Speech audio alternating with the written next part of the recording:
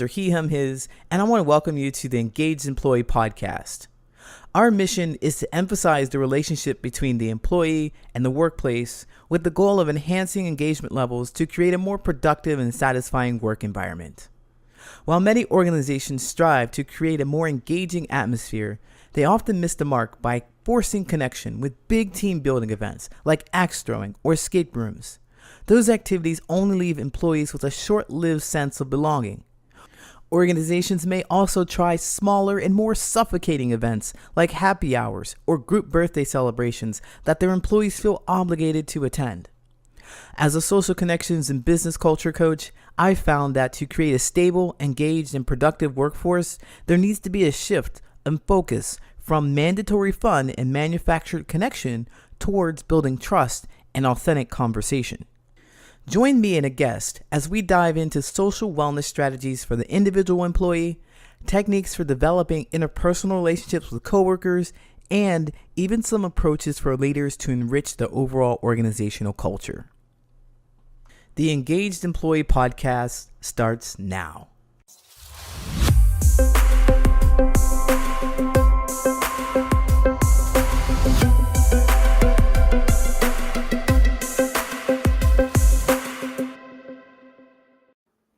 Hello and welcome to the Engaged Employee Podcast. I'm Coach Lee, and today our guest is SJ Janjua.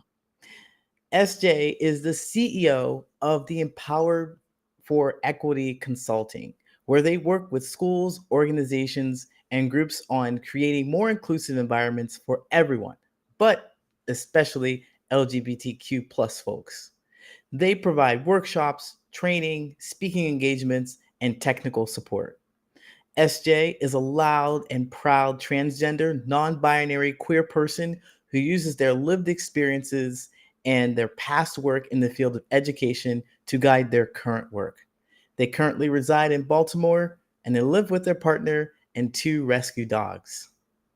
Our conversation today will be focused on interpersonal relationships between coworkers and colleagues. SJ, welcome to the Engaged Employee Podcast. Hey, Coach Lee. Hey, that's me. Hey, Coach Lee is me. I like that Lee rhymes with just about everything. I'm so excited to learn more about you, SJ. Please tell us a bit about who you are and how did you get into this business? Yeah, so first, thanks so much for having me on the podcast. I really appreciate it. As Coach Lee said, my name is SJ. My pronouns are they, them. And I am a trans, non-binary, queer, multiracial person, which I kind of joke all the time that I've been doing diversity, equity, inclusion work my entire life because of all of those intersectional identities that I hold and carry. And I've kind of always been teaching other people how to treat me and how to interact with me over my whole life. But more formally, I started doing DEI work in the nonprofit space. Most of my career was in education. I was a high school level English teacher and then ended up leaving the classroom after about 5 years of teaching. And then I went on to start working in nonprofits, in the nonprofit space a little bit, and kind of just found my way to DEI work. This happens pretty frequently, I feel like, especially in nonprofits. It's like anybody who is who holds, non-typical identities, is not white, straight, cis, usually gets kind of saddled with doing this work. And a lot of the time it's unpaid and you're kind of just, it's kind of forced on you to carry this work forward. And that kind of happened to me in some ways. But then I embraced it and I was like, you know what, this is actually work that I really enjoy leading, especially doing work around inclusion. So specifically LGBTQ plus and gender expansive inclusion in schools and in workplaces. I really enjoy working with other people and educating them on, how to be a better colleague or teacher Right. or sibling or friend to LGBTQ plus folks in their lives. I love Right. to do the education piece, but I also really love to work alongside folks in making sure that they are making the steps that they need to in order to create those inclusive environments. Right. So you've had all the lived experience, and so they automatically assume that you know all the things. Yeah. And you are a better person than I am, SJ, because being as a trans person, I know the intersectionalities of all kinds of people and different things. And people are like, "Oh, you're trans, so you know the things." And I'm like, Mhm. "I guess I should. I guess I should." And so I went to find and try to figure out some things about the trans community that I didn't know. Just because I had the lived experience doesn't mean it's the same for everybody else. Just Yeah. as the same as any other experience, with the Black experience, with the people who wears glasses experience, with the Mhm. people who wear short hair experience, whatever it is kind of experience, it's not. So I applaud you for stepping into that role and realizing that you really had a strength and a talent to do that, because not everybody could, as I said, or wants to, as I said, do Mhm. that thing. So with that, you had taken that responsibility and taken it to a new level. You now help organizations. You now help individuals who are looking for that. You like, well, I have the answer. Mhm. Who are those people that you serve, and how do you help them? Yeah, so a big bulk of my client base is schools, K through 12 schools, because of my background in education. And I also work with nonprofit organizations. Sometimes I work with parent groups. So I've started working with groups of parents that have transgender kids, just about how they can make their homes more welcoming and affirming to their transgender kids. So I really have all kinds of different clients that I work with. But a big chunk of those clients are people who have to work together with others in their workplace. So a lot of the time when I'm working with these groups, it's they're asking me about how they can be better allies to their LGBTQ plus coworkers, and especially right now with all the anti-LGBTQ plus laws and legislation that's being created and passed in different states. This has become a really important topic of how can we really rally around our coworkers who are LGBTQ plus and are dealing with all of the strife that comes with it, especially right now with all this happening, and as we're going into a very important election later in the year. So a lot of folks are typically asking me, how can we be supportive and how can we make our workplace affirming? Absolutely. I mean, we want the best and the brightest. It's all about engagement with others. And there's a different perspective that LGBTQ folks really have and can contribute to society as well. Mhm. And so it's in the company's best interest as well to protect that. But taking it down to an individual level, talking human to human. I'm a person that's concerned for my coworker who not only does great work, but they have a nice smile and they're fun to talk to. Mhm. What would you tell those people who are just kind of confused about how to start that? Because, of course, we don't want to burden that person with, here's all the, teach me all Yeah. the things. What do you say?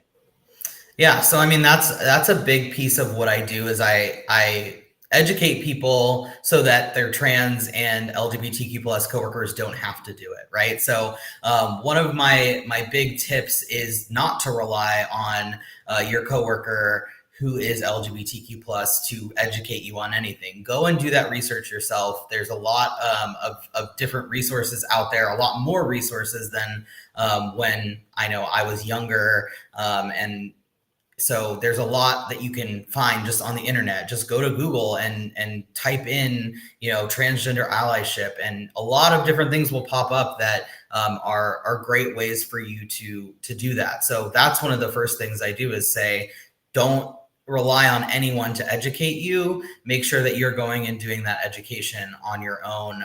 There's so many resources, podcasts, documentaries you can watch, books you can read, articles, all kinds of different things out there, and they should be very easy to find if you just use Google and use the resources that you have. So do that research on your own. All right, Google it. That's very Yeah, simple. essentially. But of course, the right keywords. What were the keywords again that you said? Yeah, so you can just type in transgender allyship, or if you want to look into, anti-LGBTQ plus laws in your state, you can just type anti-LGBTQ plus laws and then your state name, or go to the ACLU website. There's a lot of different ways that you can find that information. Absolutely. And I can think of another way. I think it would be to subscribe to your newsletter. If you're interested, I mean, SJ has lived experience and they are going to give you the information right up front delivered to your inbox every single week. Or is it weekly or bi-weekly? It's actually monthly right Monthly, now. monthly. Yeah. Mm-hmm. So you will be informed and you will get information delivered directly to you. So I highly suggest you go and sign up for their newsletter. Check out their website, empoweredforequity.com, to find the newsletter. Just scroll down to the bottom, sign up. It's right there. Another thing that I know that you're doing that's coming out soon is the LGBTQ plus allyship scavenger hunt. Can you tell us a little bit about what that is and how it might be helpful to anyone who participates in it? Yeah, so thank you for giving me a little bit of time to plug this. Actually, on June 7th, this is being released on my website. So you can go to www.empoweredforequity.com and go to the resources tab, and it'll be there for you to purchase. But basically, the LGBTQ plus allyship scavenger hunt is a way to level up your allyship for the LGBTQ plus community. So there are different tasks on the scavenger hunt that you'll purchase that help you educate yourself and help you make sure that you are providing allyship in a way that is tangible for the LGBTQ plus community. So there's education stuff on there about pronouns. There's things about the different pride flags that you do a little activity to identify the different pride flags. There's a whole list of resources, like I said, articles, podcasts, documentaries you can watch, and there are tasks assigned with each of those things. And then also some things that ask you to do active things in your community. So go and buy something during Pride Month from an LGBTQ plus business, owned business in your area, things like that. So it's a great way to be an active ally, because as we know, allyship is active. You have to do things to be an ally. You can't just call yourself one. So I'm really excited to release that. That will be on my website for sale on June 7th, right in time for Pride Month. Right on. You mentioned something. I mean, this is fantastic because it gives an exercise and activity, something that's fun to do, and you can learn. That's the way we retain information. If it's brought to us or packaged just to us in a joyful manner, then we are going to receive that and we're going to embody that. So I really enjoy this. I'm really excited about this. And you had mentioned, though, that there's a difference between being an ally and saying that you're an ally. Can you tell us what the difference is?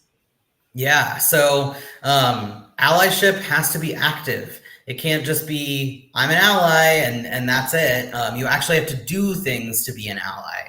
I think sometimes people forget about the active part of that. Allyship is a verb.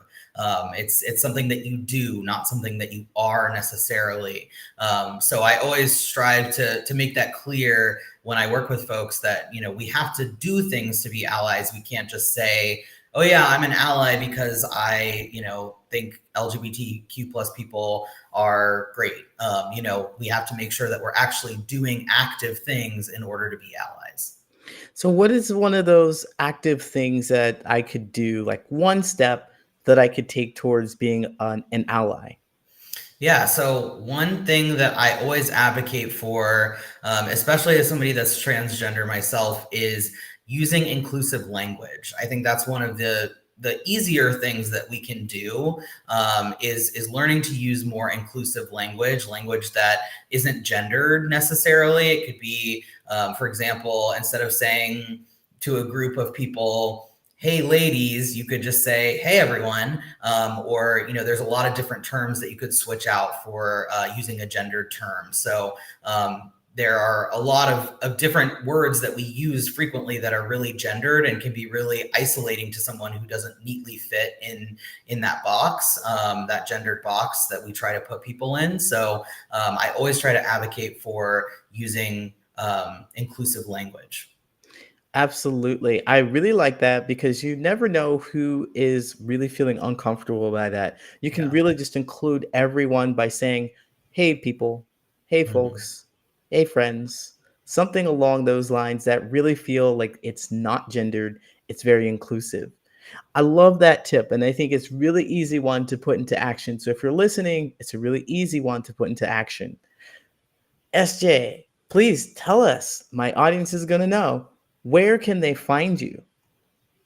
Yeah, so a couple different places. As we've already kind of talked about, my website is a great place to go if you want to learn more about the work that I do. I also create content on the internet around LGBTQ plus inclusion on Instagram at Empowered for Equity and on my LinkedIn, which will be linked in the show notes so that you can just click on over to it. But yeah, those are the places that you can find me on the internet and where I'm most active. All right. And your website again is what is it called for the people who are listening? Yeah, it's www.empoweredforequity.com.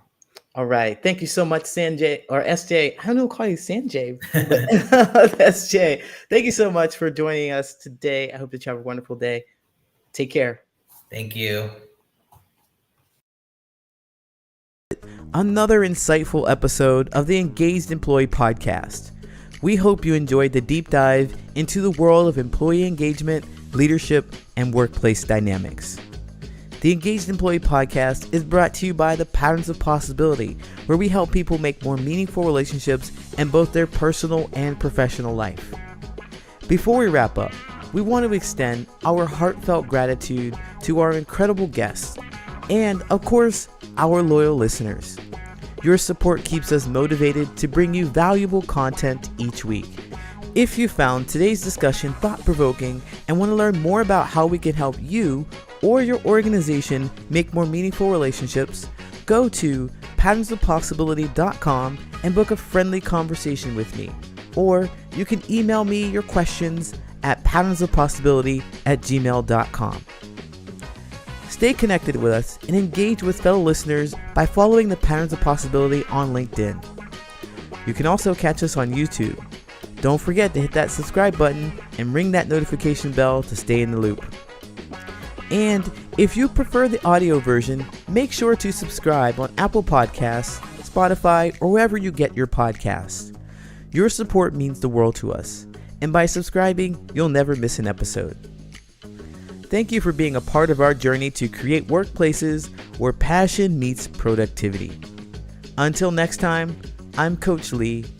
Stay engaged, stay inspired.